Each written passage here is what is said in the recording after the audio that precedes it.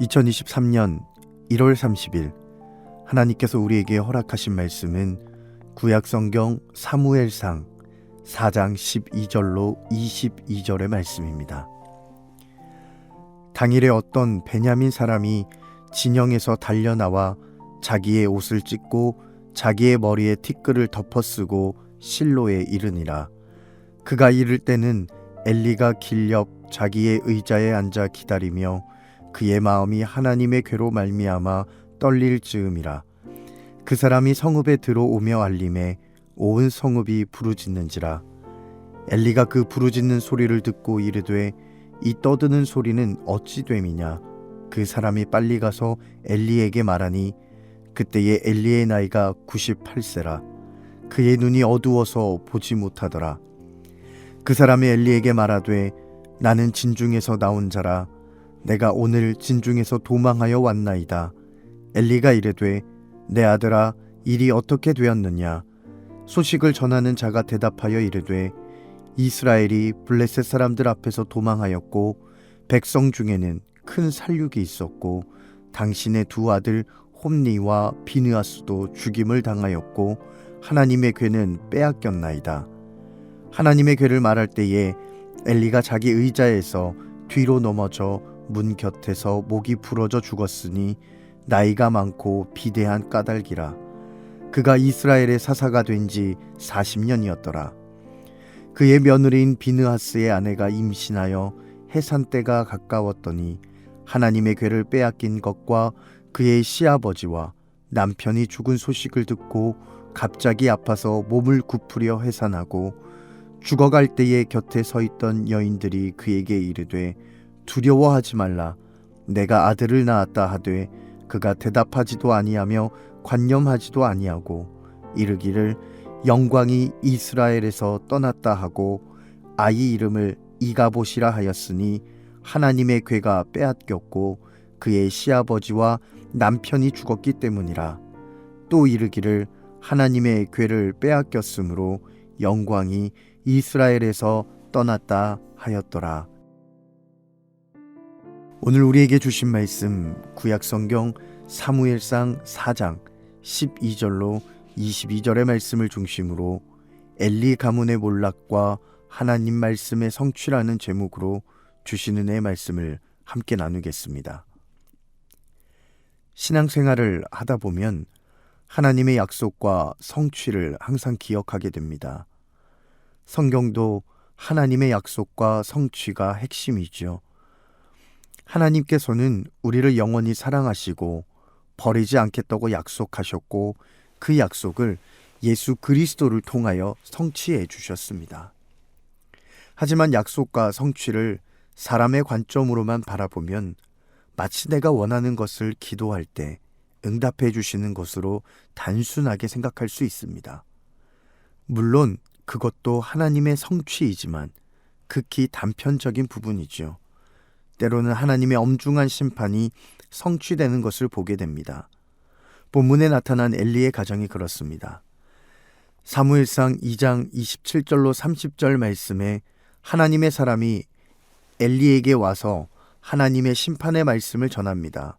세 가지 심판의 말씀을 전하지요. 첫째, 내 집에 노인이 하나도 없게 하겠다. 둘째, 하나님의 제단에서 살아남은 사람이 엘리의 마음을 슬프게 할 것이다. 그 집안에서 출산되는 모든 이가 젊어서 죽을 것이다. 셋째, 홈니와 비느하스가 한날에 죽을 것이다 하셨습니다. 살아계신 하나님의 말씀이 오늘 본문에서 성취되었죠. 블레셋과 전쟁에서 이스라엘이 패한 것도 부족해서 법궤를 빼앗기고 설상가상으로 이스라엘의 영적 지도자였던 홈니와 비느하스가 죽고 그의 아버지 엘리도 죽게 됩니다. 다시 말해 이스라엘은 나라를 이끄는 지도자가 사라졌습니다. 영적인 지도자가 사라져버렸죠. 암흑의 순간으로 치닫게 됩니다. 어디서부터 무엇이 어떻게 잘못되었을까요? 이스라엘의 영적 지도자가 어떻게 하다가 이런 비참한 모습으로 나타나게 될까요? 이제 주신 말씀을 통하여 저는 엘리 가문의 몰락과 하나님의 말씀 성취가 우리에게 주시는 두 가지 메시지를 함께 나누기 원합니다. 첫째, 결단 없는 신앙은 결국 무너집니다. 지금 이스라엘에게 나타난 국난은 어디서부터 시작됐습니까? 엘리의 아들들로부터 시작됐습니다. 엘리의 아들들이 어떻게 하는지 엘리는 알고 있었습니다. 어떻게 죄를 지었는지 엘리는 들었습니다. 이스라엘 백성들이 예배드리러 나오면 그 한 영혼을 바라보는 것이 아니라 엘리의 아들들은 그 백성들을 가격으로 이 영혼은 얼마짜리고 저 사람은 얼마짜리다라고 생각했습니다. 아, 저 사람은 큰 고기를 가지고 오는 사람이지. 저 사람은 별로 영향력이 없는 사람이야 라고 하며 그들은 이스라엘 전체를 영적으로 망가뜨리고 있었습니다. 이를 본 엘리가 어떻게 했습니까? 단호하게 하지 못했습니다. 아들들을 쫓아내거나 책망하거나 견책하지 않았습니다. 전형적인 내로남불의 모습이죠. 사무엘도 똑같습니다. 이후에 사무엘의 두 아들이 있는데 사무엘 대신 사사를 세웠더니 뇌물을 받고 판결을 엉뚱하게 하는 모습을 사무엘이 봅니다. 그런데 그는 어떠한 조치도 하지 않았습니다. 아버지가 제대로 자녀들에게 엄하게 하지 않자 하나님께서 그 자녀들에게 손을 대십니다. 사무엘의 아들들도 딱 3절만 기록되고 그 이후로는 기록이 없습니다. 우리의 신앙생활 가운데 반드시 결단의 순간은 찾아옵니다. 자녀들이 하나님을 떠나 있을 때, 악한 길에 들어설 때 우리는 더 이상 우물쭈물해서는 안 됩니다. 결단하고 단호하게 자녀들을 다시 하나님께로 인도해야 합니다. 특별히 나 스스로 상황과 환경에 타협하며 하나님으로부터 멀어지는 모습을 발견한다면 우리는 스스로 결단하고 그 자리를 박차고 나와야 합니다. 다른 이들에게 관대하되 나에게는 엄격해야 하지요. 그렇지 않으면 우리의 신앙은 결국 무너지게 됩니다. 우리의 신앙이 무너지면 가정이 무너지고, 가정이 무너지면 교회가 무너지고, 교회가 무너지면 이 나라, 이 민족의 영적인 상태가 극한으로 치달을 수 있다는 것을 우리는 기억해야 합니다. 사랑하는 성도 여러분, 이것을 기억하십시오. 우리는 단호하고 결단해야 합니다. 어떠한 상황에서든 결단하며 단호한 마음으로 우리의 신앙을 붙잡고 나아갈 수 있기를 간절히 소망합니다. 둘째, 하나님께서는 심판 중에서도 살 길을 열어주십니다. 엘리의 집에 하나님께서 말씀하신 심판이 이루어졌습니다. 19절로 22절 말씀을 보면 비느하스의 아내가 출산하죠. 그리고 아들의 이름을 이가봇이라고 합니다. 하나님의 영광이 떠났다는 겁니다. 여기까지만 보면 하나님께서 완전히 엘리의 가문을 멸망시키신 것 같다라고 생각할 수 있지요. 하지만 하나님께서는 그의 가문에게도 다시 살 길을 열어주셨습니다. 엘리의 아들 비느하스에게는 두 아들이 있었습니다. 오늘 본문에 기록된 이가봇과 아히둡입니다. 아히둡은 사무엘상 14장 3절에 기록된 아히야의 아버지입니다. 사무엘상 14장 3절에 보니 아히야는 에봇을 입었다라고 하죠. 제사장의 일을 감당하고 있는 겁니다. 그리고 아히둡의 또 다른 아들 아히멜렉은 다윗이 놉당으로 도망했을 때 그곳의 제사장이었고 그의 아들 아비아달도 그렇습니다. 다 멸망하고 젊을 때에 죽었을 것 같은, 더 이상 젊은이들이 없을 것만 같았던 엘리의 가정에 하나님께서는 아히둡을 통하여 선택받은 자의 직분을 잘 감당할 수 있도록 은혜를 베풀어 주셨습니다.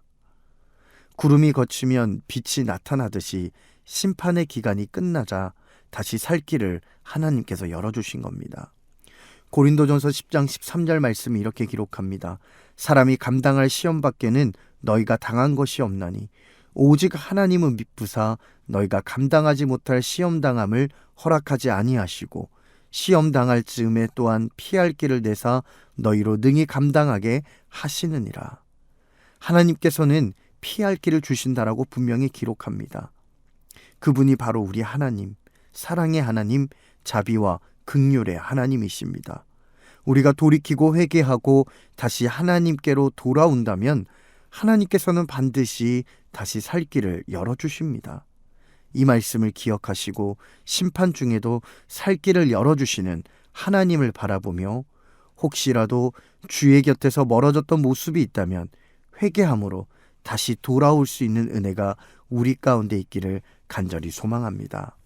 오늘 하나님께서 우리에게 주신 복된 하루, 이 엘리 가문의 몰락과 하나님 말씀의 성취를 기억하며 하나님을 두려워하고 그럼에도 불구하고 우리의 살 길을 열어주시는 하나님을 기대하며 살아갈 수 있는 저와 여러분이 될 수 있기를 주님의 이름으로 축복합니다. 기도하겠습니다. 살아서 역사하시는 하나님 아버지, 우리의 신앙 가운데 때로는 우유부단한 모습과 우물쭈물하는 모습으로 인하여 하나님을 실망시키고 하나님께 기쁨이 되지 못하는 우리의 모습을 발견하게 됩니다. 주님, 우리를 끝까지 기다려주시는 하나님의 사랑을 기억하며 우리가 결단해야 할 때 결단하게 하여 주시고, 특별히 우리의 삶에 때로는 하나님의 심판이 임함에도 불구하고 우리가 다시 돌이키고 하나님께로 오면 살 길을 열어주실 그 하나님을 바라보며 기대하며 살아갈 수 있도록 은혜 베풀어 주시옵소서. 모든 것을 주님께 맡겨드리며 예수님의 이름으로 간절히 기도하옵나이다. 아멘.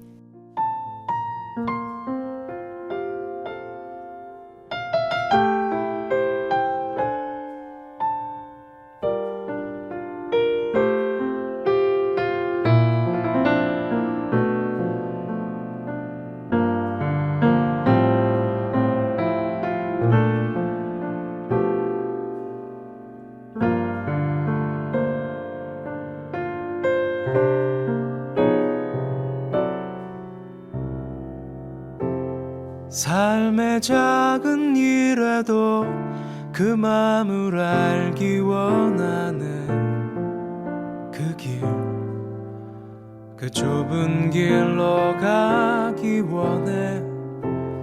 나의 작음을 알고 그분의 크심을 알며 소망, 그 깊은 길로 가기 원하네.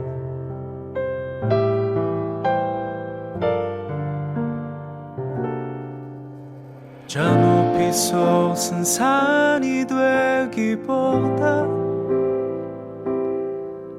여기 오름직한 동산이 되길, 내가 아는 길만 비추기보다는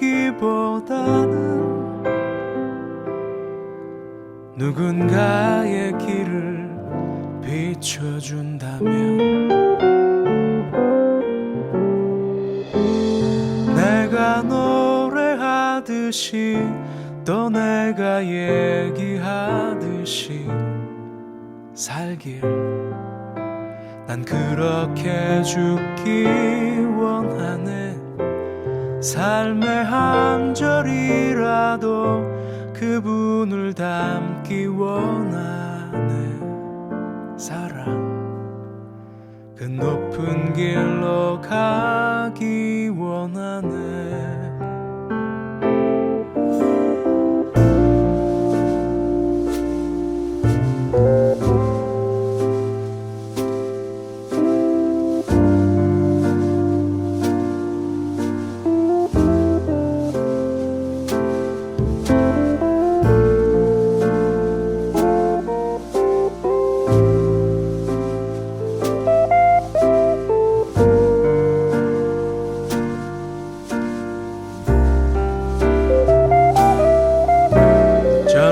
솟은 산이 되기보다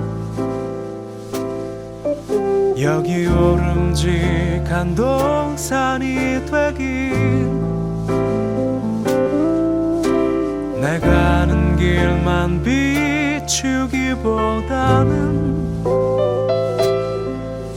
누군가의 길을 비춰준다면, 내가 노래하듯이 또 내가 얘기하듯이 살길, 난 그렇게 죽기 원하네. 삶의 한 절이라도 그분을 닮기 원하는 사랑 그 좁은 길로 가기 원하는 그 깊은 길로 가기 원하는